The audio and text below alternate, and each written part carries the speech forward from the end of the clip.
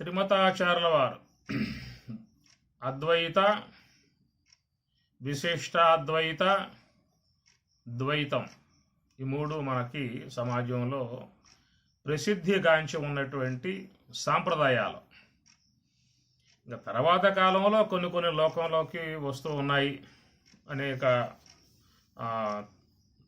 త్రైత మతం కూడా దయానంద సరస్వతి స్వాముల వారు ప్రవేశింపజేశారు. త్రైత సాంప్రదాయకంగా వారు చెప్పుకొచ్చారు. ఇంకా తర్వాత కాలం శంకరాచార్య తర్వాత కాలంలో శుద్ధాద్వైతము, ద్వైతాద్వైతము ఇటు అనేక పదాలతో ఆ కాలంలో చాలా సాంప్రదాయకాలైనటువంటివి వచ్చాయి. అవన్నీ కాలాంతరములో వాటికి మళ్ళా ఉనికి లేకుండా పోవటం అనేది జరుగుతుంది. ప్రస్తుత కాలంలో మరి ఈ మూడు కూడా మనకు వినపడుతున్నటువంటి విధానము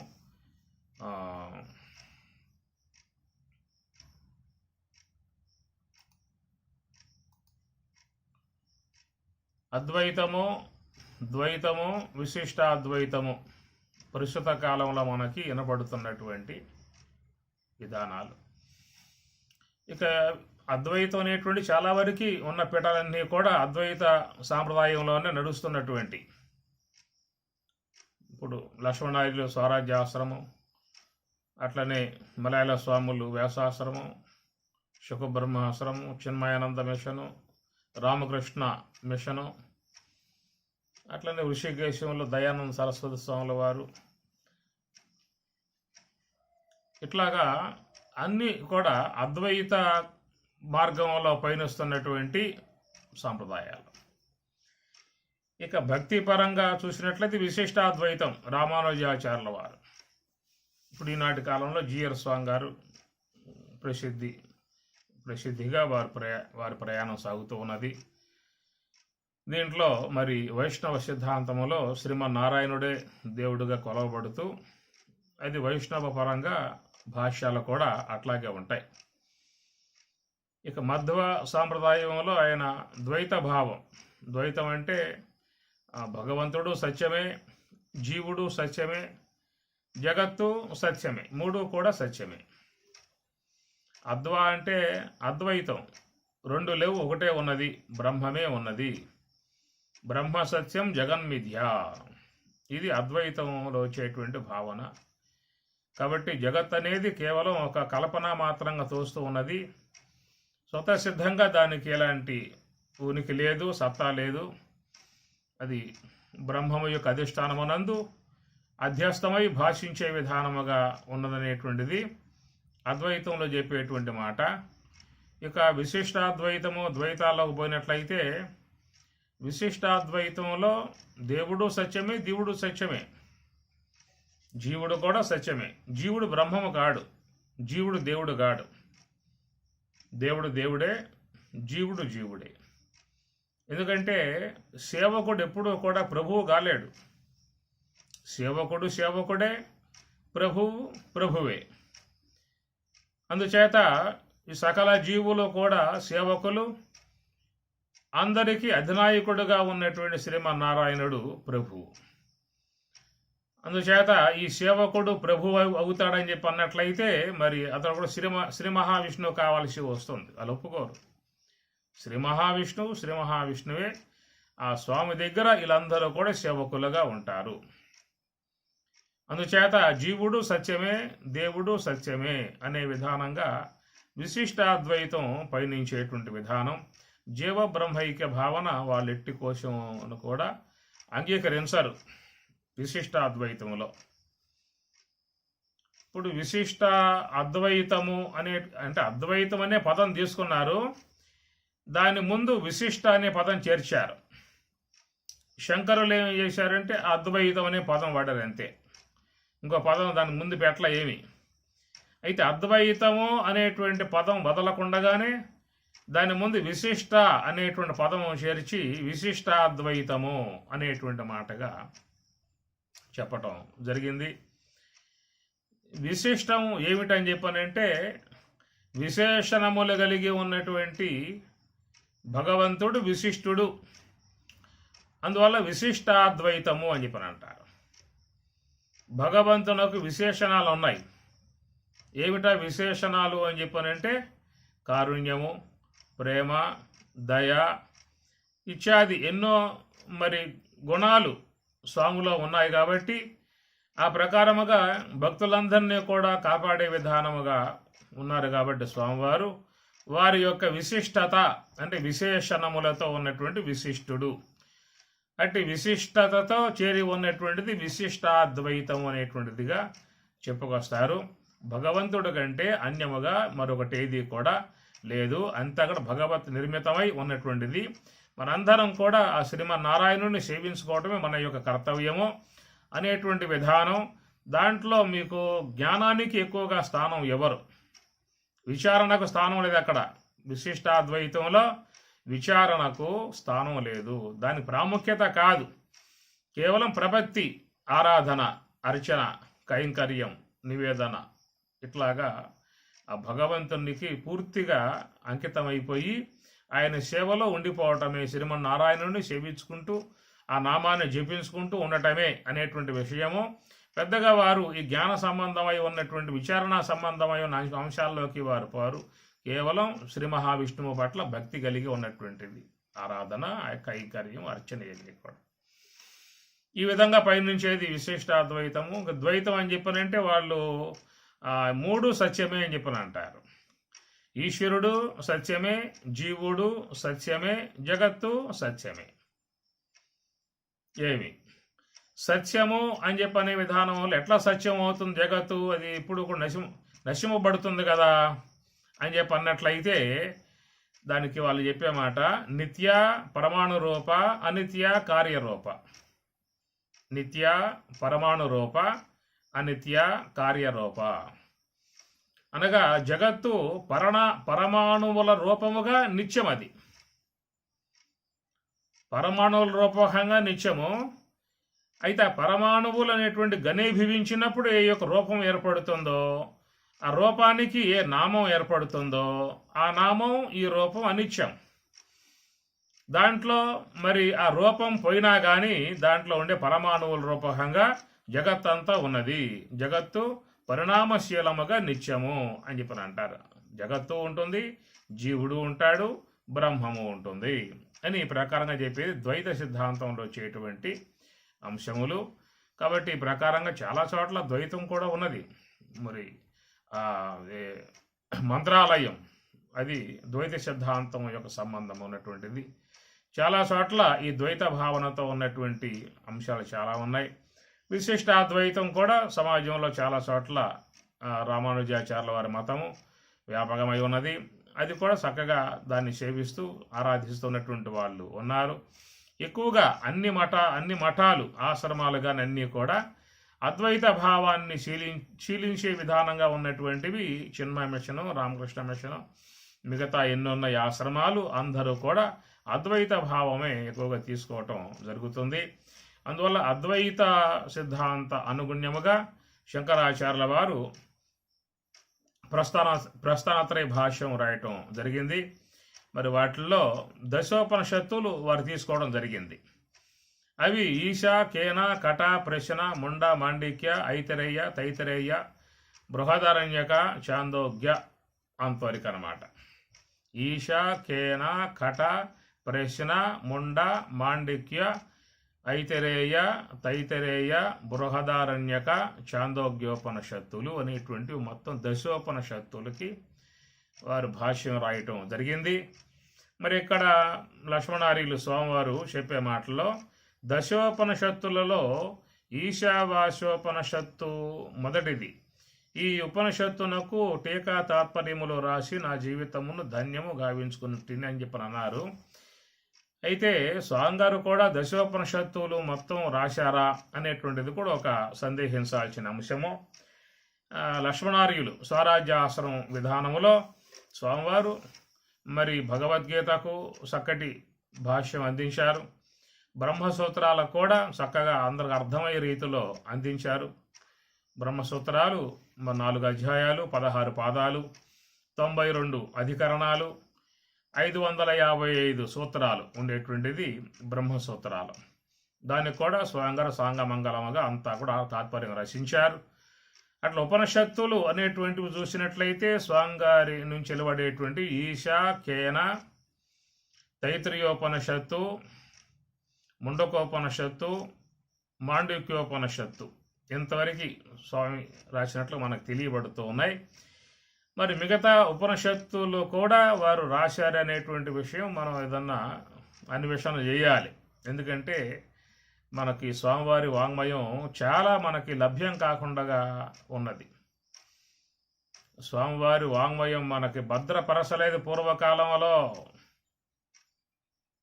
సంభాషణలు ప్రింటు వేయాల్సి వచ్చినప్పుడు మనకు ఆశ్రమంలో ఆ పుస్తకం లేదు. కడప వాళ్ళు ప్రింట్ వేస్తే, బ్రహ్మస్వరసిని వాళ్ళు ప్రింట్ వేస్తే ఆ ప్రూఫ్ తీసుకుని మనం ప్రింట్ చేయాల్సి వచ్చింది. అట్లాగా మన ఆశ్రమంలో స్వామివారి రచనలు ఇంకా ఎన్ని ఉండాలో అవన్నీ ఎవరి చేతికి పోయాయో తెలియదు. బహుశా మరి స్వామివారి వీటికి కూడా అర్థం రాసి ఉంటారేమనే విషయాన్ని మనం భావించాల్సి ఉంటుంది. అది అందుచేత మరి ఈనాడు మనం చక్కగా అందరి సభికులు అందరి అపేక్షను అనుసరించి ఉపనిషత్తులు అనేటువంటివి మనం ఆరంభం చేసుకోవటం జరుగుతూ ఉన్నది. వీటిలో మొదటి ఉపనిషత్తు ఈశావాస్యోపనిషత్తు. ఈశావాస్యోపనిషత్తుని కొంతమంది మేము విన్నామనేటువంటి విషయముగా వాళ్ళు చెప్పుకొస్తూ ఉన్నారు. చాలా సంతోషము. వారికి ఈశావాసి ఈశ్వరుడు సర్వేశ్వరుడు కృపానుగ్రహం కలుగుగాక అని చెప్పని ఆశీర్వదిస్తూ, ఈనాడు మనకి ఈ జూములో పాల్గొన్నటువంటి వారు కనీసం మనకు 60 మంది 70 మంది దాకా వస్తూ ఉన్నారు. చాలామంది ఈశావాస్యం కూడా ఇని ఉండరు. నిర్మలమ్మ గారు వారు కూడా కొత్తగా వస్తూ ఉన్నారు. అట్లనే చంద్రాయుడు గారు అట్లా మరి చూసినట్లయితే చాలామంది దీంట్లో ఉన్నారు. అన్నపూర్ణమ్మ గారు కూడా కొత్త వాళ్ళు చాలామంది ఉన్నారు. కాబట్టి ఒకసారి వింటే దాన్ని శ్రవణము అంటారు. 2 సార్లు 3 సార్లు 4 సార్లు 5 సార్లు 10 సార్లు వినే కొద్దీ పోయే కొద్దీ దాన్ని మననము అని చెప్పని అంటారు. మననం చేసుకోవడం కారణముగా అవి మళ్ళా ఆ విషయాలు మన మనసుకు బాగా వచ్చే అవకాశం ఉంటుంది. అద్వైత విధానముగా ఉన్నటువంటివన్నీ కూడా ఒక్కసారితో మనస్సులో అవి ప్రింట్ అయ్యే అవకాశాలు లేవు. పలుమార్లు విన్నప్పుడే మన మనస్సులో అవి బాగా నాటుకునే అవకాశం ఉంటుంది. ఎందుకంటే ఉపనిషత్తులన్నీ కూడా దేవతామూర్తులు. ఒక్కసారితో మనకి వాళ్ళు వచ్చి మనకు స్వాధీనం కారు. పలుమార్లు మనం ఎమ్మడబడాలన్నమాటే. అలా చేసినప్పుడు మన మనస్సు లోపల బాగా అవి మనస్సుకు వచ్చే అవకాశము ఉంటుంది. కాబట్టి గతంలో విన్నాము అనేటువంటి మాటగా అనుకున్నా కానీ ఆ మంత్రాల యొక్క సంబంధమై ఉన్నటువంటి అంశాలు ఎట్లా విన్నారు అని చెప్పని కనుక మనం ప్రశ్న వేసినట్లయితే మళ్ళీ మనం తడుముకోవాల్సి వస్తుంది. ఎందుకంటే మనస్సులో ఉన్నటువంటి అవి చాలా వరకు మరుపుకొచ్చే అవకాశం ఉంటుంది. అందుచేత ఉపనిషత్తులు కానీ భగవద్గీత కానీ ఇవన్నీ కూడా పలుమార్లు మనం అధ్యయనం చేయాల్సి ఉంటుంది. రామాయణము భారతము అని చెప్పనంటే ఒక కథాంశముగా ఉంటాయి. కాబట్టి మనకు ఒకసారి విన్నామంటే రామాయణం మన మనస్సులో అట్లాగా ప్రింట్ అయిపోతుంది. అయోధ్య నుంచి బయలుదేరిన రాముడు ఎక్కడెక్కడ నివాసంగా ఉన్నాడు, ఏ అరణ్యాలలో ఆయన కుటీరం కట్టుకుని నివాసంగా ఉన్నాడు, ఎలాంటి సంఘటనలు జరిగినాయో ఇవన్నీ కూడా మనస్సు లోపల అట్లాగా ముద్రైపోతాయి. కానీ ఉపనిషత్ సంబంధమై ఉన్నటువంటి అంశాలు అనేటువంటివి ఒక్కసారి మనకు వచ్చే అవకాశం లేదు. అది పలుమార్లు మనం వాట్లను అధ్యయనం చేసుకుంటూ కనుక పోగలిగితేనే మన మనస్సులో బాగా నాటుకునే అవకాశం ఏర్పడుతుంది. అందుచేత స్వామివారు చక్కగా వారి అభిప్రాయం తెలియజేశారు. ఈశావాస్యమునకు తాత్పర్యం రచించి టీకా తాత్పర్యం రాసి నా జీవితమును ధన్యత చేసుకున్నానేటువంటి మాట వాడుతున్నారు అని చెప్పనంటే ఆ ఈశావాస్యం అనేటువంటిది ఎంత లోతైనటువంటి భావాలు కలిగి ఉన్నదో మనం గమనించవచ్చు. అయితే మనం ఈశావాస్యంలో ముందుగా స్వామివారు ఏ భావన వారు ఆ మంత్రానికి అందించారో ఆ మంత్ర సంబంధ భావాన్ని మనం ముందు అధ్యయనం చేసుకుని తర్వాత స్వేచ్ఛానువాదం అని చెప్పని అంటారు. చాలామంది గ్రంథకర్తలు కూడా ఒక ఉపనిషత్తుకి భగవద్గీతకు భాష్యం రాస్తూ ఉన్నప్పుడు అర్థం రాస్తూ ఉన్నప్పుడు దాంట్లో మరి శ్లోక సంబంధమై ఉన్న అర్థాన్ని ముందు రాసేస్తారు. దాని తాత్పర్యం అని చెప్పని అంటారు. ఆ తర్వాత కింద వచ్చేటువంటి అర్థాన్ని విశేషార్థము అని చెప్పని అంటారు. ఆ విశేషార్థమునే మరొక మాటగా చెప్పాల్సి వస్తే స్వేచ్ఛానువాదము అంటారు. స్వేచ్ఛ అనువాదం. స్వేచ్ఛ అంటే తన మనస్సుకు ఏ యొక్క భావం తోసిందో దాని పట్ల ఆ భావాన్ని ఆయన వ్యక్తపరచటం, దాని స్వేచ్ఛానువాదం అంటారు, లేక విశేషార్థము అని చెప్పని అంటారు. అదంతా కూడా మరి వారి వారి యొక్క అవగాహన బట్టి వచ్చేటువంటి విధానము. అందుచేత ఉపనిషత్తులు అనేటువంటి మనం ఆరంభం చేసుకుంటూ ఉన్నాము. ఈశావాస్యానికి ముఖ్యముగా స్వామివారు అర్థం రాశారు కాబట్టి మరి స్వామివారు ఏ యొక్క భావంగా ఎట్లాంటి కోణములో దర్శించారో మనం దాన్ని ముందు గమనించాల్సి ఉంటుంది. ఆ తర్వాత మంత్రం మీద స్వేచ్ఛానువాదంగా పయనించే విధానం కూడా ఉంటుంది. అయితే ఈశావాస్యంలో ఒక ముడి విధానముగా వచ్చే విధానం, మెలికి విధానంగా వచ్చే విధానం మధ్యలో 6 మంత్రాలు ఉంటాయి.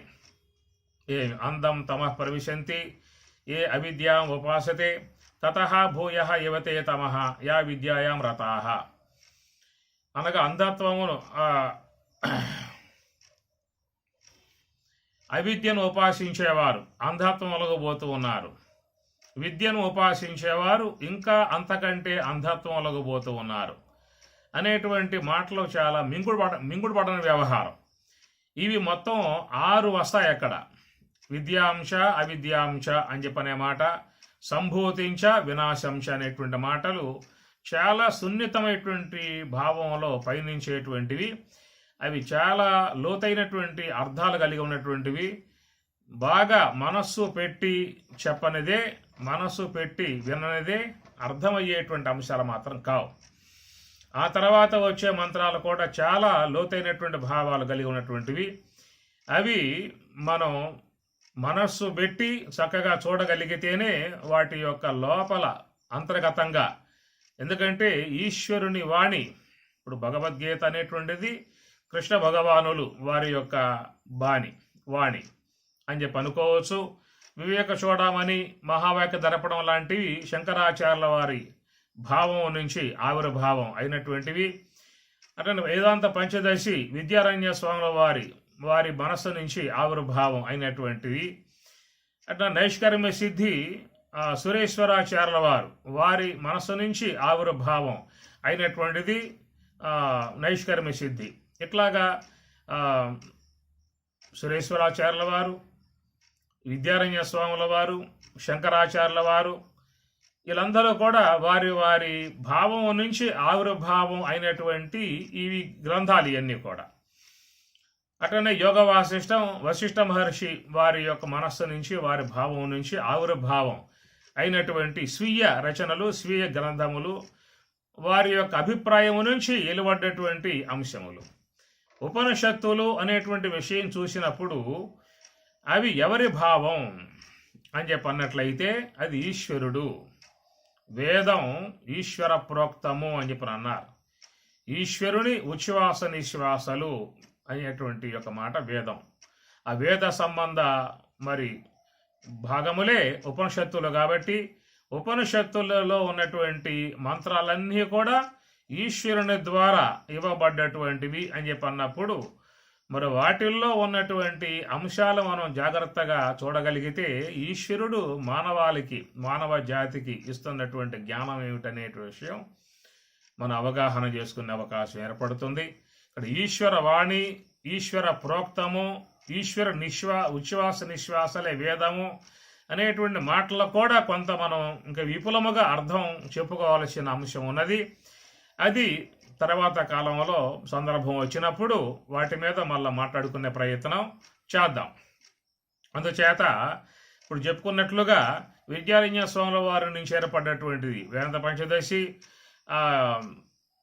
సురేశ్వరాచార్యుల నుంచి ఏర్పడినటువంటిది నైష్కర్మ్య సిద్ధి, వివేక చూడమని శంకరాచార్యుల నుంచి ఏర్పడినటువంటిది, ఇట్లా ఆయా ప్రచారకుల నుంచి ఏర్పడేటువంటి శ్లోకాలు ఇవన్నీ కూడా మరి వేదం చూసినట్లయితే సాక్షాత్ పరమశివుని నుంచి ఆవిర్భావం అనేటువంటిది అంశములు కాబట్టి వాటిల్లో మరి ఉన్నటువంటి భావాలు చాలా లోతైన భావాలుగా ఉంటాయి. అవి మనం జాగ్రత్తగా చూడగలిగితే వాటి యొక్క అంశాలు బాగా మనకి మనసుకు వచ్చే అవకాశం ఉంటుంది. అందుచేత మనం ఈనాడు జూములో ఈ రూపకంగా ఆధ్యాత్మిక అంశాలు మనం ప్రవేశింపజేసుకున్నాము. దీంట్లో దాదాపుగా 60 మంది 70 మంది దాకా వస్తున్నటువంటి వారు కాబట్టి అందరికీ విషయాలు అందాలి. శ్రీ స్వరాజ్య ఆశ్రమ బోధలు, స్వామివారి యొక్క రచనలు, మరి స్వామివారి యొక్క భావం అందరికీ చేరాలి అనేటువంటి విధానములో గతంలో మేము విని ఉన్నాము అనేటువంటి వారికి మననమవుతుంది. మేము గతంలో విని ఉండలేదు అనేటువంటి వారికి శ్రవణమవుతుంది. కాబట్టి శ్రవణం చేసేటువంటి వారికి మనసులో ముందుగా ముద్రపడే అవకాశం ఉంటుంది. కాబట్టి ఆ ప్రకారంగా మనం మరి ఉపనిషత్తులు 108 అని చెప్పి అన్నప్పుడు అది బ్రహ్మము యొక్క నామములు అందుకే మనం చెప్పుకోవాలి. ఎందువల్లంటే ఉపనిషత్తులు బ్రహ్మ ప్రతిపాదితం, బ్రహ్మమును ప్రతిపాదించేటువంటి అంశములతో చేరి ఉన్నటువంటి భాగం ఉపనిషత్తులు అని చెప్పని, ఈ ఉపనిషత్తులకు చక్కటి అంశాన్ని మనకి స్వామివారే అందించారు. ఉపనిషత్తు అంటే ఏమిటనే విషయాన్ని స్వామివారు ఇచ్చినటువంటి అంశాన్ని మనం ముందుగా కాస్త గమనించుకొని మరి అడుగులు ముందుకేద్దాము. ఉపనిషత్తు అంటే ఏమిటి? ఉపనిషత్తు, ఉప అంటే దగ్గర, నీ అని చెప్పనంటే గురువుకు సమీపముగా, ఉప అంటే దగ్గర, నీ అని చెప్పనంటే ఆ గురువు ఒక ఉన్నతాసనం మీద కూర్చుంటే ఆ కింద భూమి మీద దర్భశాప మీద ఉన్నటువంటి శిష్యుడు గురువుకి సన్నిహితముగా దిగువన, నీ అంటే దిగువన ఉన్నటువంటి వాడై శ్రవణం చేసేటువంటి విధానాన్ని ఉపనిషత్తు. షత్ అంటే ఏం చెప్పుకొచ్చారంటే ఉప అంటే దగ్గర అని చెప్పుకున్నాం. అది గురువుకి దగ్గర అనే అర్థం వస్తుంది. రెండవది బ్రహ్మమునకు సమీపముగా. దీంట్లో వచ్చేటువంటి ఆ ఉత్పత్తులు చూసినట్లయితే బ్రహ్మమునకు సమీపముగా అని అర్థం. అయితే పూర్వకాలంలో ఉపనిషత్తులను గురువుల దగ్గర ఉండి శిష్యులు అధ్యయనం చేసేవాళ్ళు కాబట్టి ఆ అంశాన్ని కూడా మనం తీసుకున్నట్లయితే మరి ఆచార్యుల వద్ద ఉన్నటువంటి అంత్యవాసులు, శిష్యులు, వటులు, బ్రహ్మచారులు ఆ సమీపములో దిగువన కూర్చుని అధ్యయనం చేసే విధానంగా ఉండేది కాబట్టి అది ఉపనిషత్, ఉపని అనేటువంటి మాట. అట్లనే ఉప అన్నప్పుడు మన మనస్సు బ్రహ్మమునకు సమీపముగా చేర్చేటువంటి విధానం. అది ఉపనిషత్తులు చేసే పని ఏమిటని చెప్పనంటే మన మనస్సును బ్రహ్మమునకు సమీపముగా చేసేటువంటి విధానము. అందువల్ల ఉపనిషత్తుల భాష అంతా కూడా సమాధి భాష అన్నారు. సమాధి భాష అని చెప్పనంటే దీని శ్రవణ సమాధిగా కూడా చెప్తారు. సమాధి అని చెప్పి అన్నప్పుడు సమా అనగా బ్రహ్మము, ధీ అనగా బుద్ధి. మన యొక్క మనస్సు బుద్ధిగా పరిణమించి శుద్ధ సాత్వికమై ఉన్నటువంటి ఆ బుద్ధి బ్రహ్మములో లీనం కావటాన్ని సమా అంటే బ్రహ్మం. ఆ బ్రహ్మములో ఎవరి యొక్క బుద్ధి అయితే విలీనమవుతుందో ఆ విధముగా అయినటువంటి దానిని సమాధి అని చెప్పి అన్నారు. అయితే ఇక్కడ మరి మహాత్ములు హంస యొక్క ఆశ్రయం ద్వారా నివృత్తి మార్గములో పయనించి ఈ పంచకోశములను అధిగమించి పంచకోశాతీతమై ఉన్నటువంటి ఈ స్వప్రకాశముగా బ్రహ్మమున్నదో ఆ బ్రహ్మములో వారు చేరిపోవటం కారణముగా దాన్ని యోగ సమాధి అనేటువంటిదిగా పేరు పెట్టారు. కానీ ఇక్కడ ఉపనిషత్తులను అధ్యయనం చేసే విధానము కూడా శ్రవణ సమాధి అని చెప్పని అంటారు. శ్రవణ సమాధి అని చెప్పంటే ఉపనిషత్తులను అధ్యయనం చేస్తున్నప్పుడు ఏమవుతుంది, మన మనస్సు ఏ సంకల్పము ఉండదు. ఏమి ఎందువల్లంటే ఉపనిషత్ భాష అంతా కూడా రూపరహితమై ఉన్నటువంటి శబ్దములు, కావ్యములు అన్నీ కూడా రూపసహితమై ఉన్నటువంటి శబ్దములు. కావ్యములు కానీ, పురాణములు కానీ, ఇతిహాసములు కానీ ఇవన్నీ కూడా రూపసహితమై ఉన్నటువంటి శబ్దములు. మనం వాటిని అధ్యయనం చేస్తూ ఉన్నప్పుడు ఆ శబ్దంతో పాటు రూపములు కూడా మనకి కనపడుతూ ఉంటాయి. భారతం తీసుకోండి, ఆ భారతంలో అరణ్య పర్వం తీసుకోండి. అరణ్యంలో పాండవులు పోతూ ఉంటే మనం కూడా వెనకాల బయలుదేరి అట్లాగా నడుస్తూ ఉంటాం. కనుక ఆ ప్రకారంగా ఆ శబ్దాలన్నీ కూడా రూపములతో మిళితమై ఉన్న శబ్దములు. ఉపనిషత్ భాష, వేద భాష, వీటికి ఎలాంటి రూపం లేదు. కేవలం శబ్దము, శబ్ద సంబంధమై ఉన్న అర్థము. అందుచేత ఉపనిషత్తులు అనేటువంటివన్నీ కూడా బ్రహ్మమును విషయం చేస్తాయి అని చెప్పని స్వామివారు అనుభవామృతారణమునందు తెలియజేసేటువంటి అంశము. అనగా గ్రంథము బ్రహ్మమునకు కారణము అనే పదం వాడతారు. బ్రహ్మము, గ్రంథము బ్రహ్మమునకు కారణము అని అర్థం. కారణము అంటే దాన్ని ప్రమాణము అని చెప్పని అంటారు. కరణం ప్రమాణం అని చెప్పని. ఒక ప్రమ తెలియబడాలని చెప్పన్నట్లయితే దానికి కరణం ఉండాలి, ఇంద్రియం ఉండాలి. నేత్రం అనే కరణం ఉన్నప్పుడే మనకు దృశ్యం గోచరిస్తుంది. శ్రోత్రము అనే కరణం ఉన్నప్పుడే మనకు శబ్దం తెలియబడుతుంది. అట్లాగే నాలుక అనే కారణం ఉన్నప్పుడే మనకి రుచి తెలియబడుతుంది. నేత్రం లేని వానికి దృశ్యం కానరాదు. అట్లనే చెవులు పనిచేయని వానికి శబ్దం తెలియబడదు. అట్లాగా శబ్దమునకు ఎట్లా చెవి కరణమో, దృశ్యానికి ఏ ప్రకారంగా నేత్రం కరణమో, అట్లనే బ్రహ్మమునకు కారణం గ్రంథము, ఉపనిషత్తులు అని చెప్పని అంటారు. ఎందుకంటే నేత్రం లేకపోతే దృశ్యం కానరాదు, చెవులు పనిచేయకపోతే శబ్దం తెలియబడదు. ఉపనిషత్తులు గనక లేకపోతే ఎవరికి కూడా బ్రహ్మం అనే విషయము గోచరించే అవకాశం లేదు. ఉపనిషత్తులు అనేటువంటి ఉన్నాయి కాబట్టి మనము బ్రహ్మం అనే పదం వాడుతూ ఉన్నాం, ఆత్మ అనే పదం వాడుతూ ఉన్నాం, మోక్షం అనే పదం వాడుతున్నాం, అన్ని వాడుతున్నాం అని చెప్పనంటే ఈ పదాలన్నిటినీ కూడా మనకి ఇచ్చింది ఏది? ఉపనిషత్తులు. కనుక ఉపనిషత్తులు ఉన్నాయి కాబట్టి మనకి మోక్షమని, బ్రహ్మమని, కైవల్యమని ఇట్లాగా మనం ఆ మార్గంలో పయనించే వాళ్ళంగా ఉన్నాం. ఉపనిషత్తులే లేకపోయినట్లయితే ఈనాడు మనకి ఏవి పురాణాలు లేవు, భారతం లేదు, భాగవతం లేదు, భగవద్గీత లేదు, వివేక చూడమని లేదు, వేదాంత పంచదశి లేదు, నిష్కర్మ సిద్ధి లేదు, అసలు ఏ సన్యాసి లేదు, ఎవరు లేరేక. ఏ దేశంలో ఎవరున్నారు చెప్పండి? ఒక భారతదేశంలో తప్ప. కాబట్టి ఏంటంటే అక్కడ అవి లేవు కాబట్టి అక్కడ ఎవరు లేరు. ఇక్కడ మనకి వేదం ఉంది కాబట్టి మనకి ఇవన్నీ కూడా ఏర్పడి ఉన్నాయి. అందుచేత మరి ఈనాడు మనం చెప్పుకునేటువంటి అన్నీ కూడా వేదం ద్వారా తెలియజేయబడ్డాయి కాబట్టి బ్రహ్మమును తెలియజేసే విషయంలో వేదం అనగా ఉపనిషత్తులు కరణము అని చెప్పని అంటారు. కాబట్టి ఉపనిషత్తులను అధ్యయనం చేస్తూ ఉన్నప్పుడు మనకి బ్రహ్మమే విషయమై గోచరిస్తుంది. అనగా బ్రహ్మమును విషయం చేసే విధానమే ఉపనిషత్తులు. ఉప అంటే దగ్గర, నీ ఉంచుట, బ్రహ్మమునకు సమీపముగా ఉంచే విధానము. మనం ఆ మంత్రములను ఎంత శ్రద్ధగా, ఎంత భక్తి భావనతో, ఎంత ఏకాగ్రతగా అధ్యయనం చేస్తూ ఉంటామో అంతంత మన మనస్సు బ్రహ్మమునకు దగ్గర అవుతూ ఉంటుంది. ఉపనిషత్తులు మంత్రాలు చదువుకుంటూ పోవటము, గడగడా పోవటము, గబగబా పోవటం, పరుగులు తీయటం ఆ విషయాలు వేరు. రోజు కొంతమంది 5 మంత్రాలు 10 మంత్రాలు ఇట్లాగా పరుగులు తీసే చెప్పుకుని పోయే విధానాలు లోకంలో కనబడుతూ ఉంటాయి. కానీ అట్లాగా పోతే మీ మనస్సు నిలకడగా ఉండే అవకాశం లేదు. ఒక మంత్రములో ఉన్నటువంటి అంశాలను, మూలాలని తీసుకురాగలిగితే అప్పుడు నీ మనస్సు బాగా నిలబడుతుంది. కాబట్టి ఆ నిలబడటమే దాన్ని శ్రవణ సమాధి అనేటువంటి మాటగా చెప్పుకొస్తారు. శ్రవణ సమాధి అని చెప్పని ఆ విధముగా మన మనస్సు భగవంతునికి దగ్గరగా ఉంచుతూ ఉంటాయి. కాబట్టి ఉపనిషత్తులను ఇక్కడ ఉపనిషత్తులకు భావం చెబుతూ స్వామివారు ఉప అంటే భగవంతునకు, బ్రహ్మమునకు సమీపముగా మనల్ని తీసుకుపోయేటువంటి ఉపనిషత్తులు అనేటువంటి విషయము. ఉప అంటే దగ్గర, నీ అంటే చాలా సమీపముగా అని అర్థము. ఆ తర్వాత షద్, ఉపని షద్.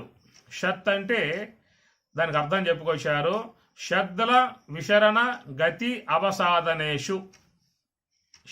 షద్ అనేటువంటి పదానికి ఇన్ని అర్థాలు ఇచ్చారన్నమాట ఇక్కడ.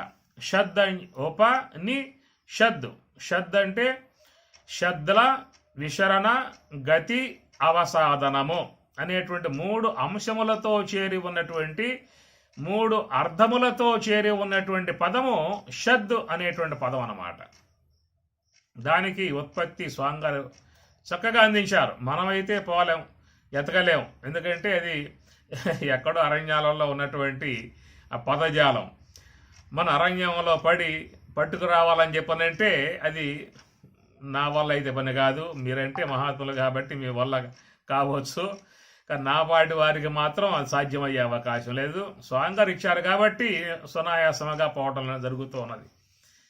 ఆనాటి కాలంలో ఆంజనేయ స్వామి కూడా మరి ఆ లక్ష్మణ స్వామిని బతికించడానికి ఆతృతతో బయలుదేరిపోయాడు సంజీవిని తేవటానికి.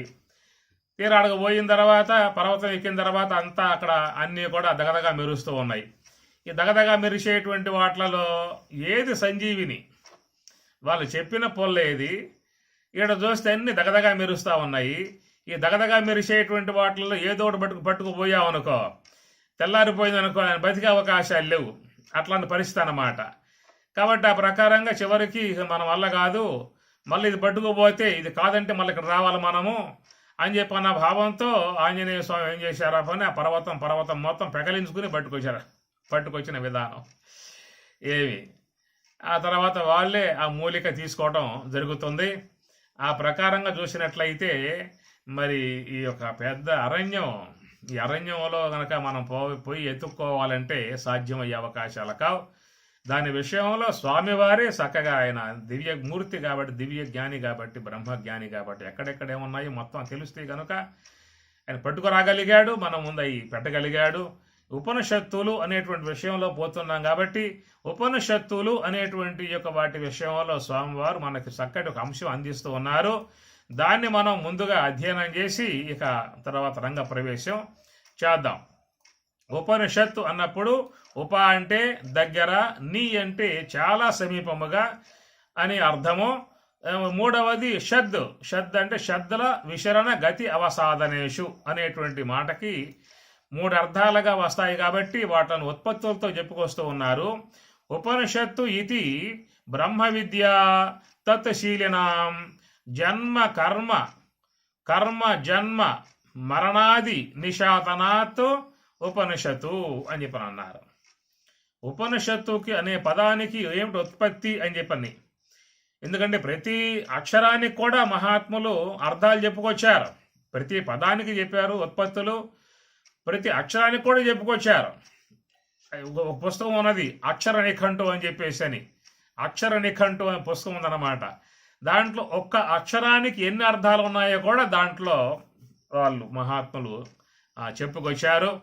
మీకు లభిస్తే దాన్ని ప్రాప్తింపజేసుకోండి. మీరు అంత లెక్క మీకు పోవాల్సినంత సాహిత్యం మీకు అది అవసరం లేదు.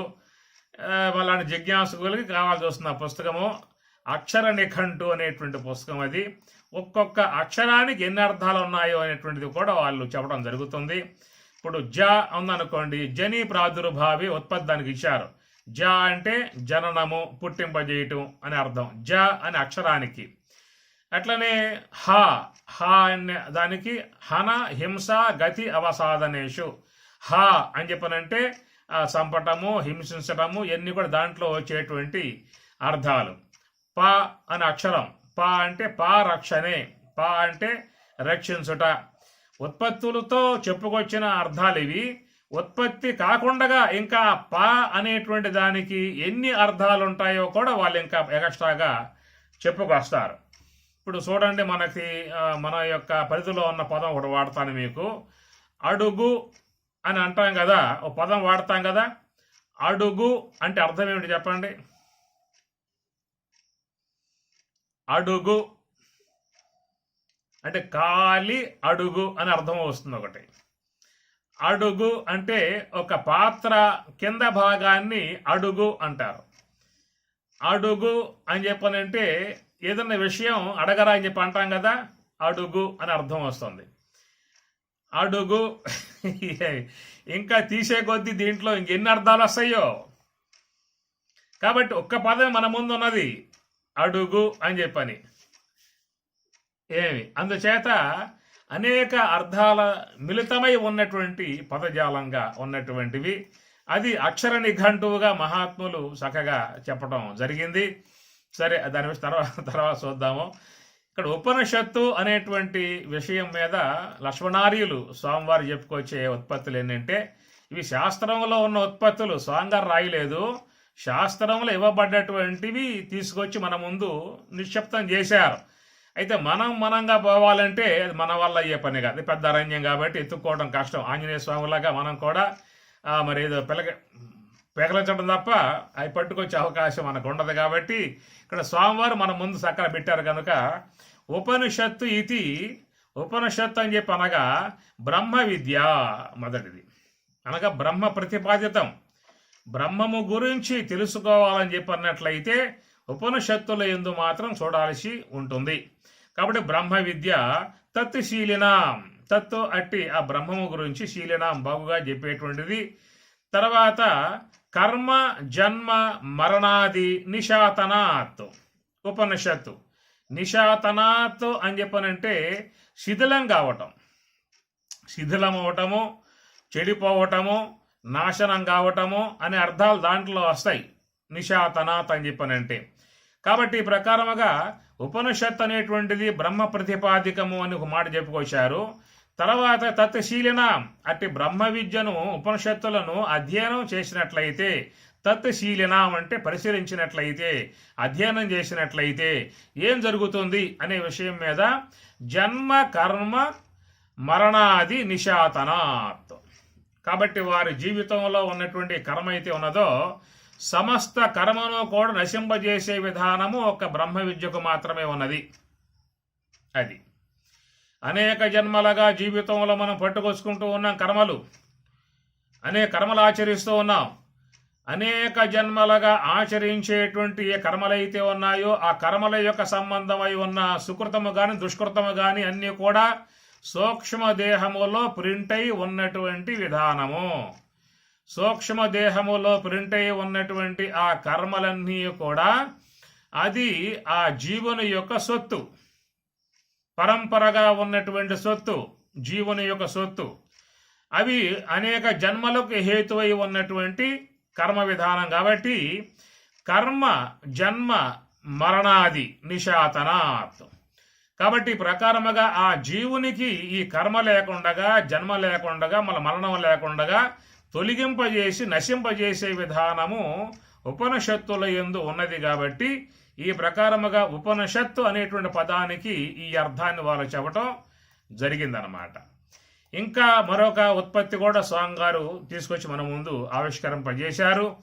యహ ఇమాం బ్రహ్మ విద్యాం ఉపయంతి ఆత్మభావనే శ్రద్ధాభక్తి పురస్సరాః సంతః తేషాం గర్భ జన్మ జరారోగాత్ అనర్ధపోగం నిశాతనాత్ ఇది ఉపనిషత్తు. మరొక ఉత్పత్తి అన్నమాట. యహ ఎవరైతే ఇమాం ఈ బ్రహ్మ విద్యను ఉపయంతి చక్కగా ఆచరిస్తూ ఉన్నారో, అధ్యయనం చేస్తూ ఉన్నారో, బ్రహ్మ విద్యను చక్కగా జీవితం అనుష్ఠిస్తూ ఉన్నారో, ఉపయంతి ఆశ్రయించారో, వారు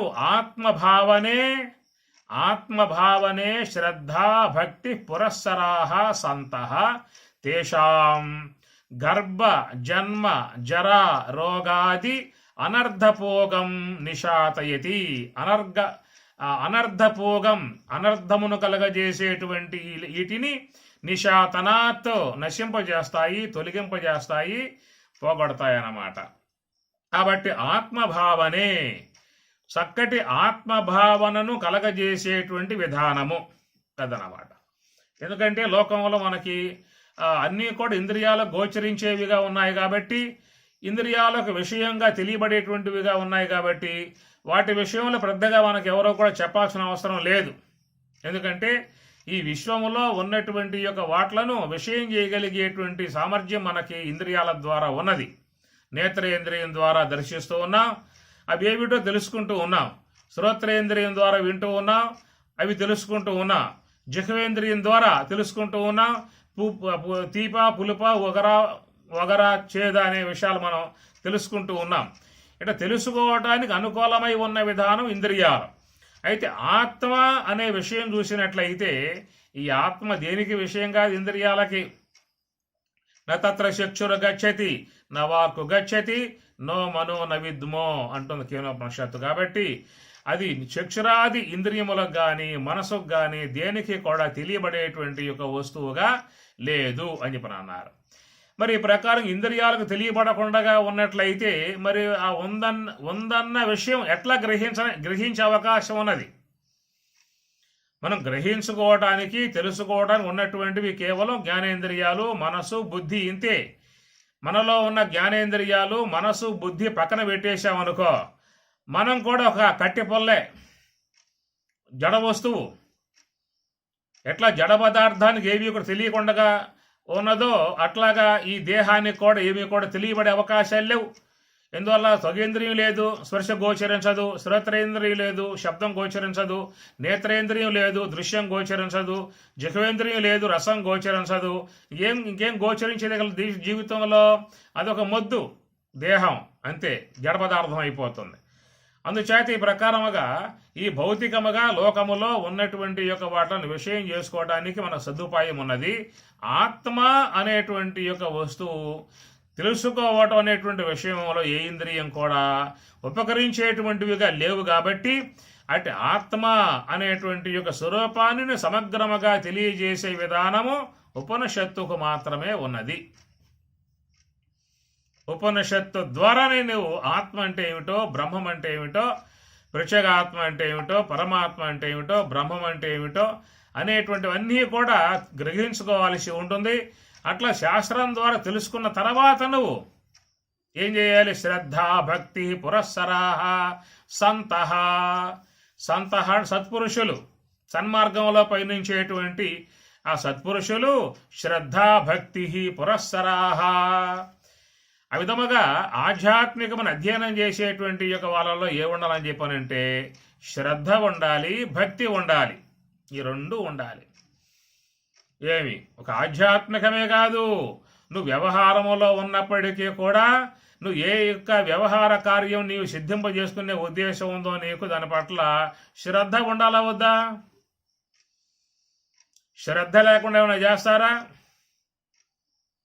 శ్రద్ధ ఉంటేనే నీకు లోకంలో కూడా అన్ని కార్యాలు అయ్యే అవకాశం ఉంటుంది. కనుక శ్రద్ధ వహించిన వాడే లోకములో ఏదైనా సాధించే అవకాశం ఉంటుంది. ఐఏఎస్ ఆఫీసర్ అవుతాడు, ఏమి డీజీపీ కావచ్చు, డాక్టర్ కావచ్చు, ఇంకేదైనా కావచ్చు, కలెక్టర్ కావచ్చు. ఏది కావాలన్నప్పటికీ కూడా ఏముండాలి జీవితంలో? శ్రద్ధ అనేటువంటిది. అందువల్ల మరి వ్యావహారికములో ఏది సాధించాలని చెప్పి అన్నప్పటికీ కూడా శ్రద్ధ ఎట్లా అవసరమై ఉన్నదో ఈ పారమార్థికములో చాలా ఉండాలి శ్రద్ధ. శ్రద్ధ, భక్తి అనేటువంటి. శ్రద్ధావాన్ లభతే జ్ఞానం తత్పర సంయతేంద్రియ జ్ఞానం లబ్ధ్వా పరాం శాంతి. గీత 6వ అధ్యాయం. శ్రద్ధావాన్ లభతే జ్ఞానం. శ్రద్ధ ఉన్నవాడే జ్ఞానాన్ని పొందే అవకాశం ఏర్పడుతుంది. అందువల్ల ఈ ఆత్మ విషయమై ఉన్నటువంటి వారు, ఆత్మ యొక్క అనుభవం పొందేటువంటి ఉద్దేశం ఉన్నటువంటి వారు శ్రద్ధ, భక్తి. కాబట్టి భక్తి అనేది ముఖ్యంగా చాలా అవసరం. భక్తి అనేటువంటిది సార్వత్రిక సూత్రం. సర్వమానవులలో ఈ భక్తి అనేటువంటి యొక్క భావన ప్రవేశించి ఉండాలి. ఇది సార్వత్రిక సూత్రం. ఒక ఆధ్యాత్మికంలోనే కాదు, వ్యవహారములో కూడా అందరూ కూడా చక్కగా అన్ని విషయాలలో సఫలీకృతులు. అందరి చేత ప్రేమ పడటం ఎన్ని కావాలని చెప్పనంటే ఈ భక్తి అనేటువంటిది ముఖ్యంగా ఉండాలి. ఇప్పుడు బిడ్డలు కూడా చక్కగా వాళ్ళ చదువులు వచ్చి మంచి అభివృద్ధి చెందాలని చెప్పి అన్నట్లయితే వాళ్లకు తల్లిదండ్రుల మీద భక్తి ఉండాలి. భక్తితో వాళ్ళని సేవించినట్లయితే వాళ్ళు మంచిగా చూస్తారు, బాగా చదివిస్తారు, ఉన్నత స్థాయికి వాళ్ళని పోయేట్లుగా కృషి చేస్తారు. కాబట్టి భక్తి ఉండాలి. పతి భక్తి అని చెప్పి అన్నారు, సతి భక్తి అని చెప్పి అన్నారు. అమ్మగారికి అయ్యగారి మీద చాలా భక్తి ఉండాలి. అమ్మగారి మీద కూడా అయ్యగారికి కూడా సతి భక్తి కూడా ఉండాలి. ఈ భక్తి అనే సూత్రం ఉన్నప్పుడే ఆ కుటుంబంలో ఒక అన్యోన్యత ఉంటుంది, ఆప్యాయత ఉంటుంది, ప్రేమ ఉంటుంది, పలకరింపులలో కూడా ఒక ఆత్మీయత ఉంటుంది, చాలా గౌరవంగా పిలుచుకోవడం లాంటిది కూడా ఉంటుందన్నమాట. ఏదున్నప్పుడు ఆ భక్తి విధానం ఉన్నప్పుడు. ఆ భక్తి విధానం పోయిందనుకో ఈ మాటలు కూడా మారిపోతాయి, లెక్కలేని తనం మాటలు వచ్చేస్తాయి. రావయ్యా పోవయ్యా అనే మాటలు కూడా అక్కడి నుంచి ఆరంభం అయిపోయి గౌరవం లేకుండా పోయే విధానం ఏర్పడుతుంది. అందువల్ల ఒక చక్కటి అన్యోన్యతను సంపాదించి పెట్టేటువంటిది భక్తి భావన. అది అధ్యాపకుని పట్ల విద్యార్థికి భక్తి ఉండాలి, గురువు పట్ల శిష్యునికి భక్తి ఉండాలి, భగవంతుని పట్ల భక్తునికి భక్తి ఉండాలి, దేశం పట్ల పౌరునికి భక్తి ఉండాలి, తల్లిదండ్రుల పట్ల బిడ్డలకు భక్తి ఉండాలి, భర్త పట్ల భార్యకు భక్తి ఉండాలి.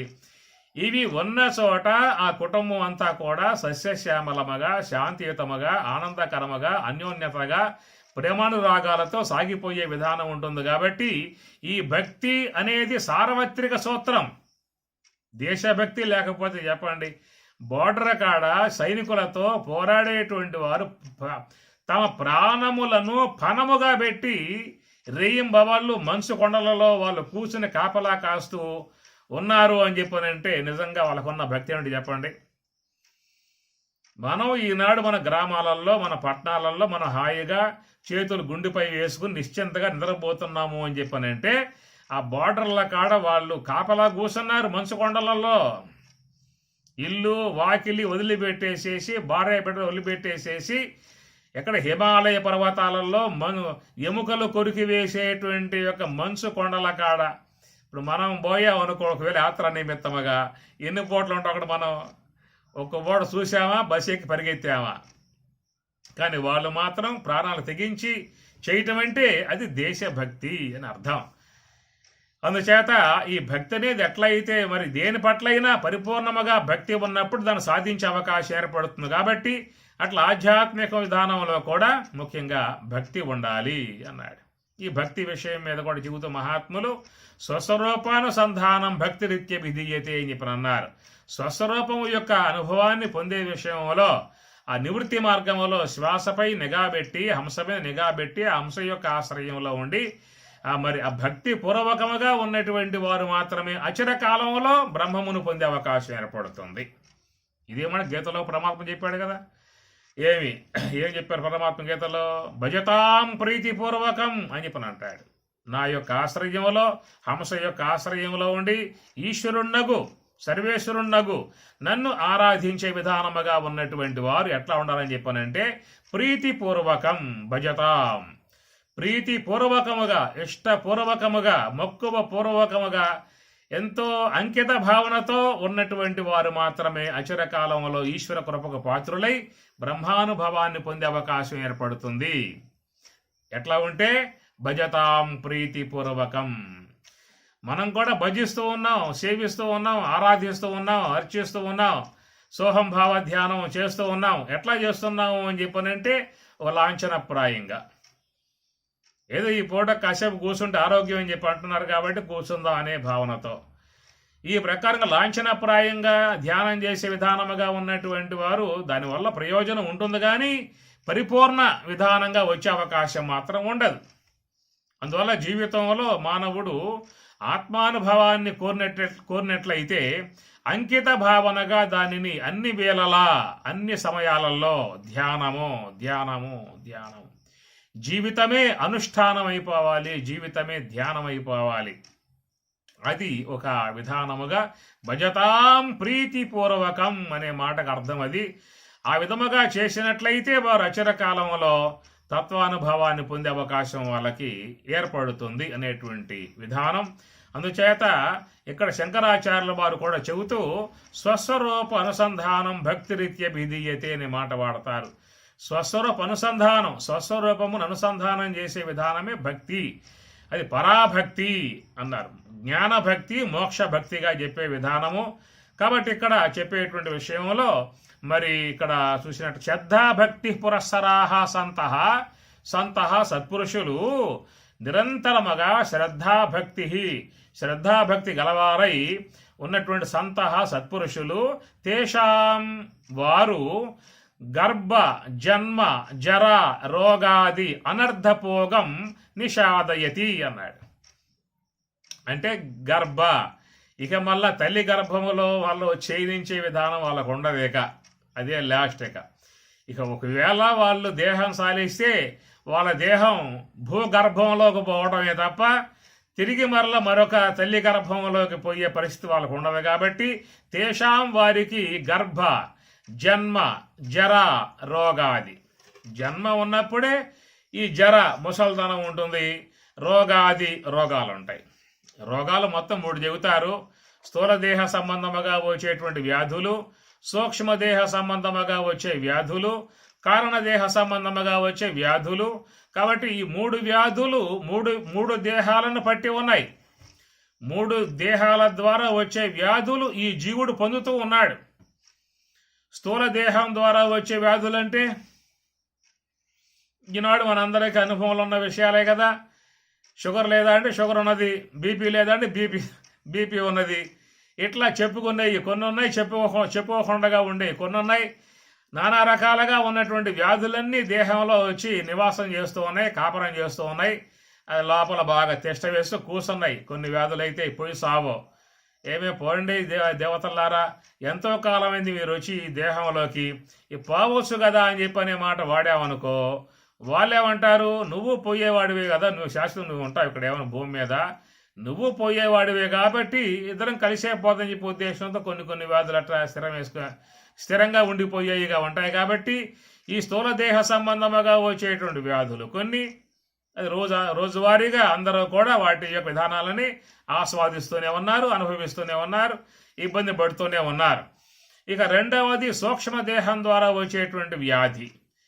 ఏమిటా వ్యాధి అని చెప్పని సూక్ష్మదేహం ద్వారా వచ్చేది? చింత. ఒకటే చింత. ఏమి చనిపోయిన తర్వాత ఈ దేహాన్ని ఈ చితి కాలుస్తుంది. బతికుండంగా ఇతన్ని కాల్చేది చింత, మనస్సులో పడ్డ చింత. ఎప్పుడు ఏదో రకంగా లోపల పెద్ద ఆయనకి లోన గొడుగుడు బాదు, ఆ లోన ఉన్నటువంటి ఆ బాధ బాదు. అట్లా చేశారు, ఇట్లా చేశారు, అది ఇచ్చాను, ఇది ఇచ్చాను, ఎవడో చూస్తలేదు, నన్ను పట్టించుకోవటం లేదు, పూడి పెట్టడం లేదు. ఇలాంటివన్నీ కూడా ఉండే విధానాలు వృద్ధాప్యం వచ్చాక ఉంటాయి. అదే వయసులో ఉన్నప్పుడు అప్పుడుండే చింతలు అప్పుడో ఉన్నాయి. కాబట్టి ఏ వయసులో ఉన్నటువంటి వాళ్ళకి ఆ వయసులో ఉండే చింతలు ఎవరికి పడ్డా ఉన్నాయి. ఇప్పుడు పిల్లగాళ్ళకు కూడా వాడికి చింతే, ఎట్లా ఎగ్జామ్స్ రాయాలి, ఎట్లా చదవాలి, బడికి పోకపోతే ఆయన కొడతాడు, బడికి పోతేనే ఆయన కొడతాడు, బడికి పోకపోతే ఇంట్లో అమ్మ నాన్న కొడతారు. ఇట్లా ఉన్న చింత వాడికే ఉన్నది. జాబ్ చేసేవాడికి వాడికి ఉండే చింత వాడికి ఉన్నది. సంసారం గలవారికి వాళ్ళకి చింత వాళ్ళకు ఉన్నది. లోకములో చింత అనేది లేకుండా ఉన్న వాళ్ళు ఎవరు లేరు. ఒకవేళ చెప్పుకోవాల్సి వస్తే బ్రహ్మజ్ఞాని అనే మాట చెప్పుకోవాల్సి వస్తుంది. బ్రహ్మానుభవమును పొంది బ్రహ్మములో లీనమై బ్రాహ్మీ అనుభవముతో ఉన్నటువంటి వాడికి ఏ చింత వాడికి ఉండదేక. అన్ని చింతలు మొత్తం కొట్టుకుపోయి ఉంటాయి. కాబట్టి ప్రపంచముతో, సంసారముతో, వ్యవహారముతో, వ్యాపారముతో, ఏదో లావాదేవీలతో అనుబంధం పెంచుకునే కొద్దీ ఈ చింతలు పెరుగుతూ ఉంటాయి. కాబట్టి ఈ సూక్ష్మ దేహములో ఉన్నటువంటి చింతలు, ఇవి బతిగుండంగా కాలిసే చింత, చితి. ఏమి ఆ చితి, ఆ ప్రాణం పోయాక ఆ దేహాన్ని కాలిసే చితి, ఆ చితి. ప్రాణములు ఉన్నప్పుడే ఈ లోన సూక్ష్మ దేహములు ఉన్నటువంటి చింత అనే చితి నిరంతరంగా జీవుణ్ణి వాడిని ఏపుతా ఉంటుంది. ఆ ప్రాణంలో వేసి గింజల్ని అట్లా ఏపుతాం మనం, అట్లా ఏపుతా ఉంటుంది ఈ సూక్ష్మదేహం యొక్క వ్యాధి. దాన్ని చింతా వ్యాధిగా చెప్పుకొచ్చారు. ఇక మూడవది కారణదేహ సంబంధమై ఉన్నటువంటి వ్యాధి. ఏమిటా వ్యాధి అని చెప్పంటే అది సాధారణంగా ఎవరికి కనపడేది కాదు. ఇప్పుడు మామూలుగా స్థూల దేహ సంబంధమై ఉన్న వ్యాధులైతే బయట పడతా ఉంటాయి. డాక్టర్ వద్దకు పోతూ ఉంటాం, చెకప్లు చేయించుకుంటూ ఉంటాం, మందులు మింగుతూ ఉంటాం, ఇంజక్షన్ చేసుకుంటూ ఉంటాం. ఈ బయటపడి కనబడేటువంటిగా ఉన్నాయి మనకి. కానీ సూక్ష్మ దేహం యొక్క సంబంధమై ఉన్న చింతలు కూడా రోజువారీగా అవి కనబడుతూనే ఉన్నాయి, బాధిస్తూనే తెలియబడుతూ ఉన్నాయి. తెలియబడకుండా సాప కింద నీరులాగా చేరి బాధించే విధానముగా ఉంటుంది కారణదేహం యొక్క సంబంధమై ఉన్న వ్యాధి. ఏమిటా వ్యాధి అని చెప్పానంటే భవవ్యాధి, పుట్టుకలు. కాబట్టి పుట్టుకలు అనేటువంటి వ్యాధి నీకు ప్రత్యక్షంగా ఎక్కడ కనబడే అంశము కాదు. దేహం పోయాక మళ్ళీ అది మొదలవుతుంది. అక్కడ మళ్ళా దేహం పోయిన తర్వాత వీడికి ఏ దేహంలో పడేయాలి, మానవ దేహంలో నేద్దామా అనుకుంటుంది కాసేపు. ఇప్పుడే దాంట్లో పడేసింది వాడిని, మళ్ళీ ఎందుకు అబ్బా మళ్ళీ తర్వాత వేద్దాం అని చెప్పే ఉద్దేశంతో ఏ దేహాలు ఉన్నాయి చూసుకుంటుంది. గార్ధవ దేహంలో వేద్దామా, లేకపోతే కుక్కుడు దేహంలో వేద్దామా, కూర్మ దేహంలో వేద్దామా, లేక శూకర దేహంలో వేద్దామా అనే విధానముగా జన్మ పుట్టుకలకు భవ వ్యాధిగా ఉన్నటువంటిది కారణదేహం అనేటువంటిది. ఈ ప్రకారముగా లోకంలో అందరూ కూడా ఈ 3 దేహాల సంబంధమై ఉన్నటువంటి యొక్క వ్యాధులకు గురై ఉన్నారు అని అర్థం. అయితే వ్యాధి, సర్వవ్యాధి నివారణం అనే పదం వాడతారు కదా. సర్వవ్యాధి నివారణం అనే పదం వాడినట్లయితే అది దేనికి వర్తిస్తుంది? ఒక మహాకారణానికి. మహాకారణం హంస, మహాకారణం ఈశ్వరుడు. కాబట్టి మహాకారణమునందు ఉన్నటువంటి వారికి అన్ని వ్యాధులు పోతాయి. స్థూల దేహ సంబంధమై ఉన్న వ్యాధులు పోతాయి, సూక్ష్మదేహ సంబంధమై ఉన్న మనోవ్యధులు పోతాయి, కారణదేహ సంబంధమై ఉన్న భవ వ్యాధి పోతుంది. దేని ద్వారా పోతాయి? ఈ మహాకారణం, హంస యొక్క ఆశ్రయం, నివృత్తి మార్గం, ఈశ్వరాశ్రయం ద్వారానే ఈ 3 వ్యాధులు పోగొట్టుకునే అవకాశం ఏర్పడుతుంది. కాబట్టి తేషాం వారికి గర్భ జన్మ జర రోగాది అనర్ధపోగం, అనర్ధహేతువులుగా ఉన్నటువంటి అన్నిటినీ కూడా నిశాతయతి. నిశాతం అంటే శిథిలం చేస్తాయి, లేకుండా చేస్తాయి, నశింపజేస్తాయి. ఈ విధముగా చేయగలిగేటువంటి యొక్క విధానం ఉన్నటువంటి యొక్క దానినే ఏమన్నారు? ఉపనిషత్తు అని చెప్పనన్నారు. అది ఉపనిషత్తు. ఉపనిషత్తుకి ఇంత అర్థం ఉన్నటువంటి అంశాన్ని మనకి స్వామివారు ఎక్కడ చూపిస్తూ ఉన్నారు. ఇంకా దీనికి ఉన్నటువంటి అర్థం ఏంటని చెప్పానంటే, బ్రహ్మ గమయతి ఉపనిషత్తు మరొక ఉత్పత్తి. బ్రహ్మ గమయతి, బ్రహ్మమును గమయతి పొందింపజేసేదిగా ఉన్నటువంటి యొక్క భాగమే ఉపనిషత్తు అని చెప్పని అన్నారు. ఇంకా ఉపనిషత్తు అనేటువంటి యొక్క దానికి స్వామివారు చెప్పేటువంటి మరొక ఉత్పత్తి అవిద్యాం సంసార కారణాంచ అత్యంత అవసాదయతి వినాశయతి ఇది ఉపనిషత్తు. అవిద్యాం సంసార కారణాంచ, సంసార కారణము, సంసారము అంటే ఏం చెప్పారు? సంసారం అంటే లోకంలో సాధారణ అందరూ భావించేది భార్య బిడ్డలు ఈ విధముగా ఉన్నటువంటి ఒక వ్యవస్థని సంసారము అని చెప్పని అన్నారు. ఇది సంసారం సాగరంగా పోలుస్తారు. ఆ సంసారంలో కష్టాలు కూడా ఈ అలల్లాగా వచ్చే విధానంగా చెప్తూ ఉంటారు. సరే, సంసారం అని చెప్పనే విధానములో మరి కుటుంబ వ్యవస్థ అంతా కూడా అనేక సమస్యలతో, బాధలతో, ఇబ్బందులతో లాగే విధానంగా కుటుంబాలు లోకంలో ఉన్నాయి. అలాంటి ఇబ్బందులు లేకుండా సజావుగా, చల్లగా, మెల్లగా, హాయిగా, తెరసాపెత్తిన నావలాగా మెల్లగా సాగిపోయే కుటుంబాలు లోకంలో ఉన్నాయి. 2 రకాల కుటుంబాలు ఉన్నాయి.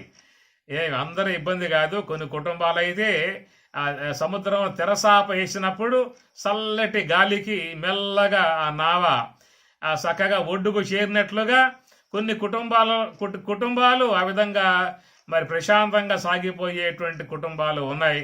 ఏమంటే దైవ భావన కలిగి, దైవ బుద్ధి కలిగి, గురు భావన కలిగి, గురు సేవా భావన కలిగి, తత్వచింతన చేస్తూ, ధ్యానం చేస్తూ, తత్వ విచారణ చేస్తూ ఉండే కుటుంబాలు కొన్ని ఉన్నాయి.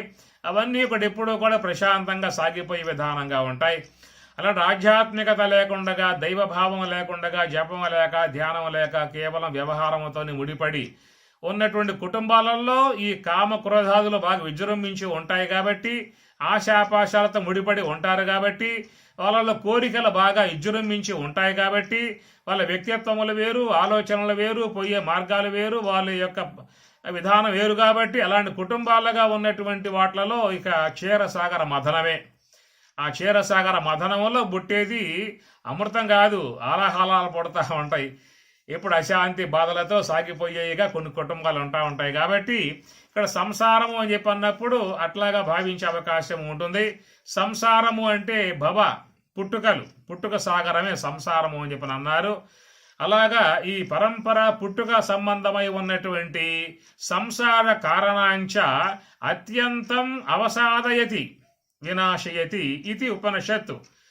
అలాగా అనేక భవసాగరంలో పడి ఈదేటువంటి యొక్క జీవుణ్ణి ఉద్ధారకం చేసే విధానముగా ఉన్నటువంటివి ఉపనిషత్తులు. ఏంటున్నారేమన్నా? ఉన్నారా పోయారా? చాలామంది పోయి ఉంటారు దెబ్బ తట్టుకోలేక. ఈ ఆడి ఉపనిషత్తులు అని చెప్పి అంటున్నారు అని చెప్పేసి అని. రామచంద్రయ్య నువ్వు పెట్టిన కొంపట ఇది ఉపనిషత్తుల ప్రవచనం. దీంట్లో మొత్తం అజ్ఞానం మొత్తం కాలిపోవాలి కుంపట్లో. అది కర్మవాసనలో పోవాలి, అజ్ఞానం మొత్తం కొట్టుకుపోవాలి దెబ్బతో. ఏమి అవిద్యాం సంసార కారణాంచ అత్యంత అవసాదయతి వినాశయతి ఇది ఉపనిషత్తు. అవిద్యాం సంసార కారణాంచ అవిద్య ద్వారా అజ్ఞానం ద్వారా వచ్చేటువంటిది ఈ సంసారము భవసాగరము పుట్టుటము సావటం ఉన్నటువంటి యొక్క ఈ సంసార కారణాంచ అత్యంత అవసాదయతి వినాశయతి ఇది ఉపనిషత్తు. ఇది ఒక అర్థం అన్నమాట. ఉపనిషణ్ణం అస్యాం పరం శ్రేయ ఇది ఉపనిషత్తు. మరొక ఉత్పత్తి ఏమిటంటే ఉపనిషణ్ణం. ఆ ఉపనిషత్తులు ఉన్నాయి. ఉపనిషత్తులు అనేటువంటి ఏంటంటే అస్యాం పరం శ్రేయ. అస్యాం ఎవరైతే ఉపనిషత్తులను అధ్యయనం చేస్తారో అధ్యయనం చేసేటువంటి వారికి పరం శ్రేయ. పరం శ్రేయ అంటే మోక్షం, బ్రహ్మైక్య సిద్ధి, బ్రాహ్మీ అనుభవాన్ని పొందింపజేయటమే వాటి యొక్క లక్ష్యం, ఉపనిషత్తుల యొక్క లక్ష్యం అని చెప్పేసి అనే విధానముగా మరి ప్రకారముగా స్వామివారు చక్కగా ఉత్పత్తులన్నింటినీ కూడా తీసుకొచ్చి ఉపనిషత్తులు అంటే ఏమిటో ఉన్నటువంటి భావాలు మనకి వారు అందించారు. సామవేదమునకు సంబంధించిన ఈ ఉపనిషత్తునందు అని చెప్పని చెప్పుకొచ్చారు. ఇట్లాగా మరి చూసినట్లయితే ఉపనిషత్తు అని చెప్పన్నప్పుడు ఈ సమస్త అనర్థములు, అజ్ఞానము, కర్మవాసనలు, ఈ జన్మ పరంపర విధానము, జీవునికి ఉన్నటువంటి నానా విధాన దుఃఖములు ఏవైతే ఉన్నాయో అన్నింటినీ కూడా నిశాతనాత్ షద్ ఉప ని షద్. ఉప అంటే బ్రహ్మమునకు దగ్గర, ని అంటే బాగుగా సమీపముగా, షద్ అంటే షద్ల విశరణ గతి అవసాధనము. పూర్తిగా సంపూర్ణముగా జీవుణ్ణి పట్టి పీడించేటువంటి ఏవైతే ఉన్నాయో అన్నింటినీ కూడా తొలగింపజేసే విధానముగా ఉన్నటువంటి భాగమే ఉపనిషత్తు అని చెప్పనేదిగా చెప్పడం జరిగింది. మనం ఇక్కడి నుంచాక మరి బ్రహ్మము యొక్క అష్టోత్తర నామాలలో కొలికిపోసతో ఆరంభం చేయబడుతుంది. తిరిగి మరలా కొలికిపోస వచ్చిందాకా మీరు ఉండాలి.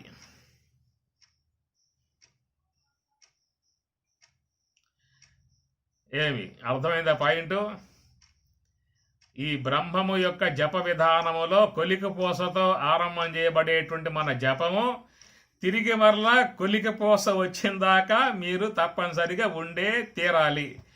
ఇది స్వామివారి ఆజ్ఞ, భగవంతుని ఆజ్ఞ, ఈశ్వరుని యొక్క ఆజ్ఞ. అందరికీ సంపూర్ణ ఆయుష్, ఆరోగ్యము, బ్రహ్మజ్ఞాన ప్రాప్తి, ధ్యానానుష్ఠాన ప్రాప్తి కలుగుగాక, సిద్ధించునుగాక. జగద్గురు లక్ష్మణార్యులు సర్వేశ్వరుడు జగన్మాత అనుగ్రహముతో ధ్యానానుష్ఠానము, బ్రహ్మజ్ఞాన ప్రాప్తి సాధనము ప్రాప్తించి అందరూ కూడా ఆనందముతో విరాజమానులై వర్ధిల్లుదురుగాక. ఓం సహనా భవతు సహనౌ భునక్తు సహ వీర్యం కరవావహై తేజస్వినావధీతమస్తు మా విద్విషావహై. ఓం శాంతి శాంతి శాంతి. హరి ఓం తత్సతు. శ్రీ గురుభ్యో నమః. హరి ఓం.